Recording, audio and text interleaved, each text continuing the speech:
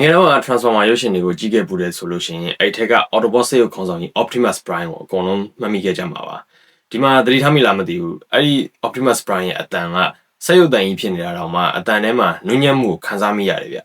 Optimus Prime ကလည်းခေါင်းဆောင်ပြီးသားပြီးတော့တနာကျင်လာတဲ့စိတ်အပြည့်ရှိတဲ့သူတယောက်ဆိုတော့Kill you right fucking now. Say goodnight, mother. Gonna die, bitch. Die, bitch. Oh, nigga. I'm joking. Stop. Time to show you the real power of a prime. Deception consider မပါဘူးပေါ့လေ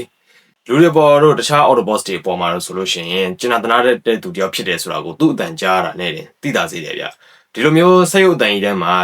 နှွေးထွေးမှုကိုခံစားစေရတာကဒါမတော်တဆဖြစ်ခဲ့တာတော့မဟုတ်ခဲ့ဘူး Optimus Prime ရဲ့အတန်တရုပ်ဆောင်ကဒီလိုမျိုးခံစားစေရဖို့အတွက်သေချာကိုဖန်တီးယူခဲ့တာ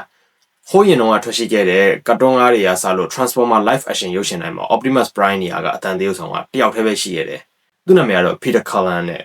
Optimus Prime ကစိတ်ရုပ်တွေထဲမှာမှအကောင်ကြီးပြီးတော့အရက်ရှည်ကြီးဆိုပေမဲ့ Peter Cullen ကတော့အရက်9ပေ9လက်မှာပဲရှိတဲ့လူဖလန်လေးတယောက်ဖြစ်ခဲ့တယ်။နောက်တိုင်း standard နဲ့ဆိုရင်တော့အရက်9ပေ9ဆိုတာပုတယ်လို့ပြောရမှာပေါ့နော်။သူ့ကို1941ခုနှစ်မှာမွေးခဲ့တာမို့လို့အခုဆိုရင်အသက်84နှစ်တောင်ရှိခဲ့ပြီ။သူကငယ်ငယ်ကလေးကအတန်ပေါင်းစုံကိုမှတ်မိနိုင်စွမ်းကောင်းပြီးတော့အတန်တုလုပ်တာလည်းတော်တယ်။ဒါကြောင့်မို့လို့သူကအတန်တရုပ်ဆောင်အနေနဲ့အလုပ်လုပ်ဖို့ဖြစ်လာခဲ့တယ်။အခုပြရမယ့်ဇာတ်လမ်းက Transformer fan တိုင်းသိတဲ့ဇာတ်လမ်းတစ်ခုဖြစ်တယ်လို့ Peter ကိုယ်တိုင်ကလည်းဒီအကြောင်းကို family တင်တိုင်းမှာပြောပြနေကြဇာတ်လမ်းတစ်ပုဒ်ပေါ့နောက်ထောင်နိုင်လဲကြက်သိန်းနေထားအောင်သဘောကျမိတဲ့ဇာတ်လမ်းလေးတစ်ပုဒ်ပေါ့ဗျာ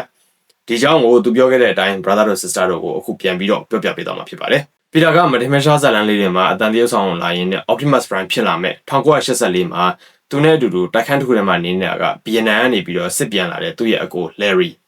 သူတို့အတွက်အတော်ကြက်တေးခဲ့တဲ့အချိန်လို့ပြောရင်လည်းမမှားဘူး Larry ကပီတာထက်အသက်73လပိုကြီးပြီးတော့အရက်9လမှပိုရှိတယ်Marine တက်သားဆိုတော့တောင်းတောင်းဖြောင်းဖြောင်းပေါ့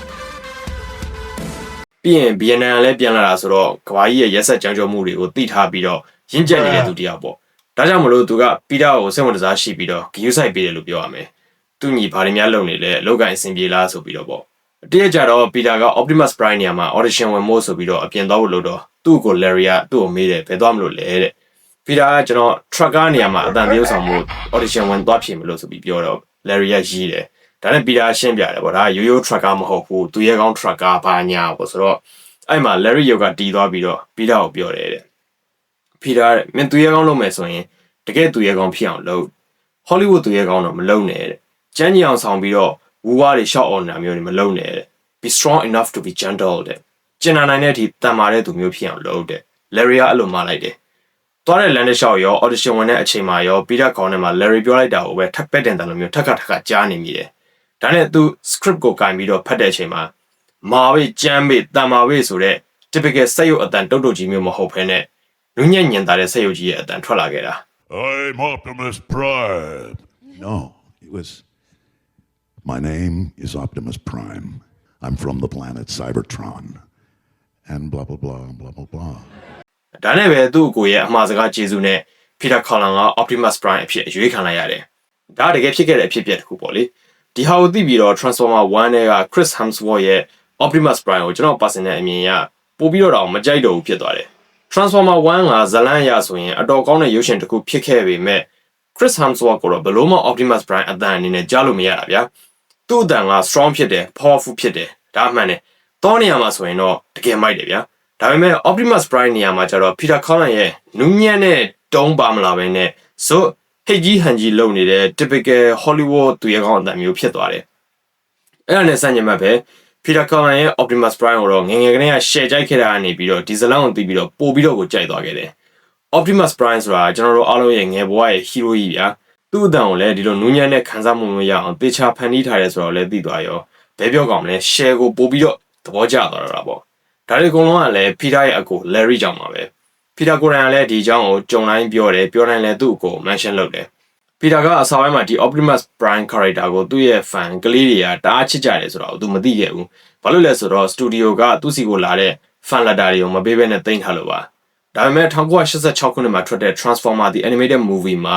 Optimus Prime ပေးသွားလို့ဆိုပြီးတော့ကြည်နေတန်းတန်းရုပ်ရှင်တွေကနေကလေးတွေငိုးယူပြီးတော့ထွက်လာကြတယ်အဲ့လိုမျိုးဖြစ်တော့ကလေးမိဘတွေကလည်း studio ဘက်ကိုလှမ်းပြီးတော့ complaint တွေတက်တာပေါ့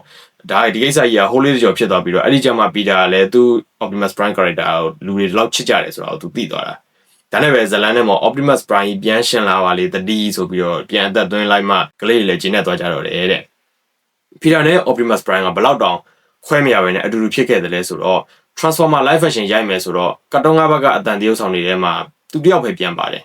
ကျန်တဲ့အတန်တရုပ်ဆောင်တွေအကုန်ပိုပြီးနာမည်ကြီးတဲ့သူတွေနဲ့အစားထိုးတာခံလိုက်ရတယ်Megatron ဆိုရင် Peter နဲ့အတူတွဲလို့နေကြ Frank Welker ဆိုတဲ့သူကနေ Red Skull တရုပ်ဆောင် Hugo Weaving ဖြစ်သွားခဲ့တာနောက်ပိုင်းကားတွေမှာတော့ Frank Welker ပြန်ပြီးတော့တရုပ်ဆောင်ရတယ်ဆိုပေမဲ့ရှေ့ပိုင်း၃ကမှာတော့မပါခဲ့ရဘူးပေါ့နော်ဒါပေမဲ့ Peter Cullen ကကြတော့ live action ရုပ်ရှင်တွေအကုန် Shia LaBeouf တောင်မှ reboot ချခံလိုက်ရလို့လစ်သွားတယ်ဆိုပေမဲ့သူကတော့ live action ရုပ်ရှင်တွေအကုန်လုံးမှာပါတဲ့တူရီတော်သူဖြစ်ခဲ့တယ်နောက်ဆုံးထွက်ခဲ့တဲ့ Transformer 1မှာကြာမှပို့ပြီးတော့အသက်ငယ်တဲ့ version ကိုလိုချင်တာမို့လို့ဆိုပြီးတော့ Chris Hemsworth ဖြစ်သွားခဲ့တာဒါနဲ့စကားမဆက် Transformer 1မှာ epic ဖြစ်စေခြင်းလေနောက်ဆုံး Orion Pass ကနေပြီးတော့ Matrix of Leadership နဲ့ပေါင်းသွားပြီးတော့ Optimus Prime ဖြစ်သွားတဲ့အတန်းမှာ Chris Hemsworth ကနေ Peter Cullen အတန်းကိုပြောင်းသွားတယ်ဆိုပြီးတော့ဖြစ်သွားရင် stop ရမ်းမိုက်ပါဗျာသိလားဒါပေမဲ့ studio တွေကသိရမလား fan တွေကျင်းနေတော့မှာမလို့လားဘူးလေဇကာ promotion အောင်ကောင်းကောင်းမစင်မဲနဲ့ကလေးကြီးကတ်တုံးကလိုဘာလို့ဇက်သွင်းပြတာပဲကြီးတော့ fan fact အနေနဲ့တော့ Peter Cullen က Optimus Prime အနေနဲ့ပဲအတန်တရုပ်ဆောင်ခဲ့တာမဟုတ်ဘူး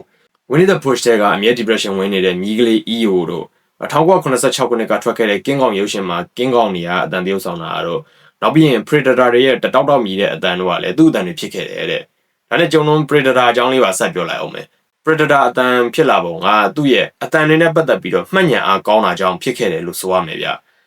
အဲ့ဒီချိန်မှာ King Kong အတန်လောကလွန်အားကောင်းမှာသွေးပါထွက်တယ်နဲ့ Monster အတန်တွေမလုပ်တော့ဘူးလို့ဆုံးဖြတ်ထားတာကို 20th Century Fox ကဒါလေးလာလုပ်ကြည့်ပါအောင်ဆိုပြီးတော့ခေါ်သွားတာနဲ့ပါသွားတာတဲ့ဒါပေမဲ့ Fox က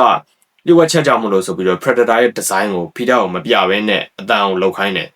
ဒါနဲ့ Peter ဟာအကောင်ဘယ်လိုပုံစံရှိတယ်ဆိုတော့မမြင်ရဘဲနဲ့ငါကဘယ်လိုအတန်လောက်အောင်မလဲဆိုပြီးတော့ပြောမှမပြချင်နဲ့ Predator ရဲ့ design ကိုချပြလိုက်ရတယ်တဲ့ Predator design ကိုမြင်တော့ Peter ကသူငငယ်ကကန်းချင်မှာပလက်လန်ပြီးတော့သေကန်ကြီးဖြစ်နေတဲ့ Horseshoe Crab ကိုသွားပြီးတော့အမှတ်ရတယ်တဲ့သူပြောမှတတိထားမိတယ် Predator တွေရဲ့ပါဇက်က Horseshoe Crab ကိုပလက်လန်ထားတာနဲ့တော်တော်တူတာပဲဗျ